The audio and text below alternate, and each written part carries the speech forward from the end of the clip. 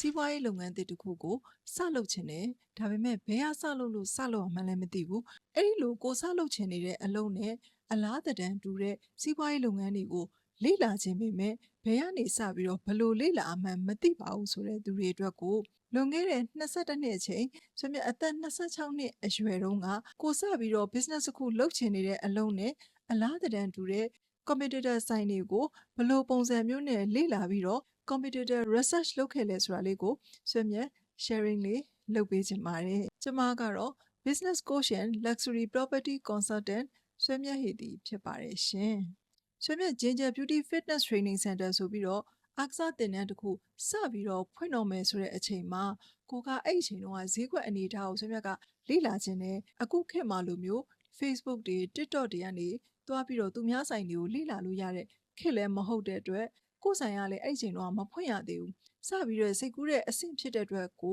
ကသူများဆိုင်တွေဖွင့်နေပြီးသားဆိုင်တွေအောင်မြင်နေပြီးသားဆိုင်တွေရဲ့အနေအထားဈေးကွက်အနေအထားသူတို့ဘလို့မျိုးဈေးတွေယူတယ်ဘလို့အနေအထားမှာဖွင့်တယ်ဘလောက်လောက်အနေအထားလူတွေကို target market တစ်ခုအနေနဲ့ရည်ရွယ်ပြီးတော့ဆိုင်ဖွင့်ထားတယ်စသဖြင့်အဲ့လိုအချက်လေးတွေကိုသိချင်တာဖြစ်တဲ့အတွက်အဲ့ဒီခေတ်တုန်းကကျတော့ဆွေးမြတ်တို့မှာတခုခုကြည့်စရာဆိုလို့ရှိရင်ရန်ကုန်လမ်းညွန်ပဲရှိတယ်အဲ့ဒီရန်ကုန်လမ်းညွန်ထဲမှာဆွေးမြတ်စိတ်ဝင်စားတဲ့မြို့နယ်တွေအဲ့ဒီမြို့နယ်တွေမှာဖွင့်ထားတဲ့ gym တွေအားကစားသင်တန်းတွေစသဖြင့်ပေါ့နော်အဲ့ဒီနေရာတွေကိုဆွေးမြတ်ကအဲ့ဒီလိပ်စာတွေကိုကူးတယ်ကူးပြီးွားပြီဆိုလို့ရှိရင်အဲ့ဒီမြို့နယ်တွေမှာတွားပြီးတော့ကိုယ်တိုင် customer နေရာနေတွားပြီးတော့စုံစမ်းတယ်ပေါ့နော်ဥပမာကိုကစားခြင်းလို့ပါပိန်ခြင်းလို့ပါဝါခြင်းလို့ပါကိုလုံးတက်ခြင်းလို့ပါရင်းနေတင်နေတက်ခြင်းလို့ပါစသဖြင့်ဆွေးမြတ်ကိုဆွေးမြတ် customer နေရာနေတွားပြီးတော့စုံစမ်းတယ်ပေါ့နော်စုံစမ်းတဲ့အခါကျလို့ရှိရင်ဥပမာသူတို့ကဘလို့ဖြေတယ်ဘလို့ပုံစံမျိုးနဲ့ရှင်းပြတယ်သူတို့ဘယ်ချိန်ကနေဘယ်ချိန်ထိဖွင့်ထားတယ်တစ်လောက်ကိုဘလောက်ယူတယ်တစ်ပတ်မှာဘယ်နေ့ရက်ကစားရတယ်တခါကစားလို့ရှိရင်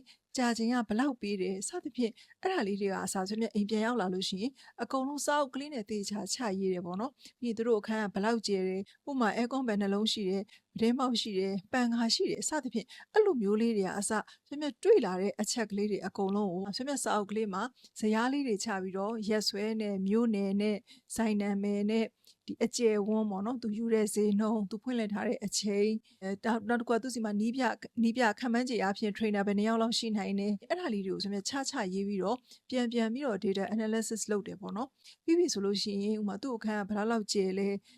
အပေါ်ထဲမှာဖွင့်ထားတာလားအောက်ထပ်မှာဖွင့်ထားတာလားကိုသွားတဲ့အချိန်မှာလာဆော့နေတဲ့လူတွေအနေထားဘယ်လောက်ရှိတယ်လူပဲ2ယောက်လောက်လာဆော့နေတယ်အဲ့ဆိုလို့ရှိရင်သူ့ရဲ့တင်တန်းကြီးကဥပမာ1000ယူရဲဆိုပါတော့1000ယူရဲဆိုရင်တစ်နေ့မှာဘယ်လောက်ရှိမယ်တစ်လမှာဘယ်လောက်ရှိမယ်အဲ့ဆိုခံမှန်းခြေအဖြစ်သူ့ဝင်ငွေအနေထားဘယ်လောက်ရှိနေမယ်ဘယ်နှစ်လောက်ဆိုလို့ရှိရင်အရင်ခြေနိုင်တယ်စသဖြင့်ပေါ့နော်ဒါအဲ့ချိန်တော့ဆွေးမြတ်ကဘာမှမလုပ်တတ်ဘူးအလုပ်လည်းမလုပ်ဘူးအဓိကအလုပ်လုပ်ချင်စိတ်တစ်ခုပဲရှိတယ်အဲ့ဒီလိုအလုပ်လုပ်ချင်စိတ်လေးတစ်ခုတည်းရှိတာနဲ့ပဲကိုဆွေးမြတ်သိတာလေးတွေသိတဲ့လောက်လေးတွေကြားဘူးနားဝလေးတွေနဲ့ပဲစမ်းသပ်ပြီးတော့ဈေးကွက်အနေအထားလေးတွေသူတို့ဆိုင်အနေအထားလေးတွေကိုကိုသိတဲ့လောက်လေးတွေနဲ့ research လုပ်တယ်ပေါ့နော်ပြီးပြီဆိုလို့ရှိရင်ဆွေးမြတ်ကအဲ့လိုဆိုင်တွေသွားတဲ့အခါကြလို့ရှိရင်လည်းဘယ်ဆိုင်ရဲ့ကိုယ်ဆက်ဆံလိုက်တဲ့အနေအထားကိုကိုကကြိုက်တယ်ဘယ်ဆိုင်ကဝန်ထမ်းကကိုယ်ဘယ်လိုဆက်ဆံလိုက်တယ်ဘယ်ဆိုင်က trainer ကကိုယ်ဘယ်လိုဆက်ဆံလိုက်တယ်ဘယ်ဆိုင်က receptionist ကကိုယ်ဘယ်လိုဆက်ဆံလိုက်တယ်ကိုသဘောကျတဲ့ဟာလေးတွေဆိုလို့ရှိရင်လည်းဒီဆိုင်တစ်ဆိုင်သွားလို့ရှိရင်ကိုသဘောကျတဲ့အချက်လေးတွေရလာတယ်ဆိုရင်လည်းဆွေးမြတ်ကဒီဆိုင်သွားတဲ့ဟာမှာမှတ်ချက်နေရာကနေကိုကြိုက်တဲ့အချက်ကလေးတွေချရေးလိုက်တယ်ပေါ့နော်ချရေးထားလိုက်တယ်ဒါမှမဟုတ်ရင်ကိုမကြိုက်တဲ့အချက်လေးတွေကိုစိတ်နှောက်ယှက်ဖြစ်တဲ့အချက်လေးတွေတွေ့လာတယ်ဆိုလို့ရှိရင်လည်းအဲ့ဒီလိုမျိုးကိုစိတ်နှောက်ယှက်ဖြစ်ရတဲ့အချက်ကလေးတွေကိုချရေးထားလိုက်တယ်အဲ့လိုမျိုးနဲ့တစ်ဆိုင်ပြီးတစ်ဆိုင်